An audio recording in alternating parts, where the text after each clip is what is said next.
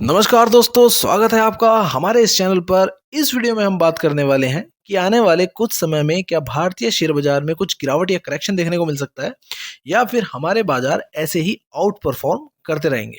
तो प्लीज़ इस वीडियो को आप लास्ट तक जरूर वॉच कीजिए ताकि आपको थोड़ा आइडिया हो जाए कि आने वाले समय में बाजार कैसा परफॉर्म कर सकता है। तो देखिए, इस समय अगर ग्लोबल मार्केट की बात करें तो हफ्ते के आखिरी कारोबारी सत्र में दुनिया भर के बाजारों में जोरदार बिक्री देखने को मिली। अमेरिकी बाजार की अगर बात करें तो 30 टॉप कंपनियों का जो इंडेक्स है वो 610 अंक यानी 1.5% टूट गया। वहीं आईटी कंपनियों का जो इंडेक्स है वो नैस्डैक वो 2.4% यानी 450 अंक टूटा। लेकिन सबसे बड़ी चिंता की जो बात थी वो थी इंटेल चिप मेकर कंपनी। अपने पिछले 40 सालों की सबसे बड़ी गिरावट 26% टूटकर बंद हुआ और इसी के साथ जापान का निक्केई भी 5% से अधिक टूट गया। अगर बात करें अमेजोन के शेयर के बारे में तो वो भी 9% टूटकर बंद हुआ। दरअसल रिजल्ट जारी करने के बाद इंटेल ने कमजोर गाइडेंस जारी किया। उसने कहा कि 15% वर्क फोर्स को कम किया जाएगा।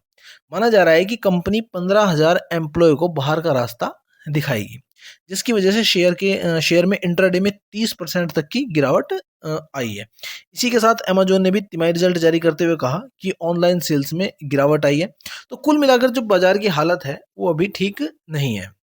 तो इन बातों के बाद निवेशक सोच रहे हैं कि क्या अमेरिकी इकोनॉमी मंदी की तरफ बढ़ रही है। दरअसल जुलाई महीने के लिए जो जॉब डेटा सामने आया उसमें जो बेरोजगारी की संख्या है वो उम्मीद से ज्यादा रही है। तो इन सबको मिला के माना जा रहा है कि जो अमेरिकी इकोनॉमी है वो मंदी की तरफ बढ़ रही है। और अगर अमेरिकी इकोनॉमी मंदी की तरफ जाती है तो इसका असर भारतीय बाजार के साथ साथ दुनिया भर के बाजारों पर पड़ेगा। अब कमजोर जॉब डेटा के बाद जो उम्मीद जताई जा रही है कि जो अमेरिकी फेडरल रिजर्व है वो बहुत जल्द इंटरेस्ट रेट में कटौती करेगा। जेपी मॉर्गन के अनुसार 2024 में फेडरल रिजर्व 2 बार इंटरेस्ट रेट में 50-50 बेसिक पॉइंट की कटौती कर सकता है।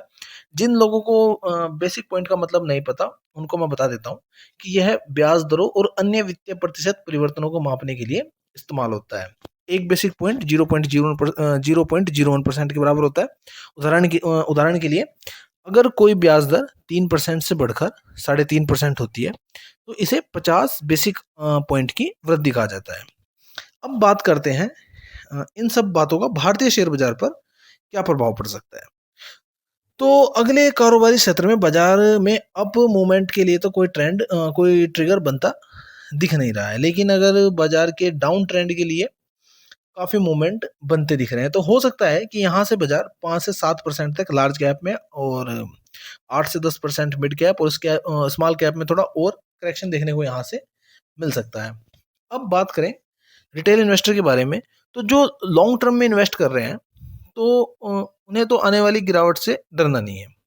बाजार में बड़े बड़े प्लेयर आएंगे, आपको डराने की कोशिश करेंगे, लेकिन आपको एक बात हमेशा ध्यान रखनी है कि बाजार कभी भी सीधी लाइन में 45 डिग्री पर नहीं चलता है। भारतीय बाजार 45 डिग्री पर चलेगा लेकिन गिरते उठते हुए ही चलेगा।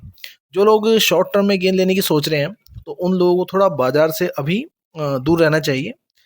आप अब मानो चाहे ना मानो बाजार हमारा ओवर वैल्यूड है और ग्रिड फेज में है।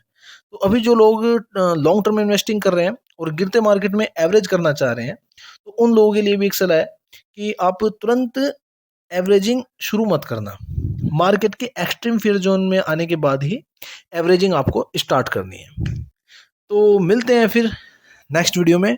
अगर वीडियो आपको जरा भी वैल्यूबल लगे तो वीडियो को लाइक करें, इस चैनल को सब्सक्राइब करें। तो फिर मिलते हैं। जय हिंद, जय भारत।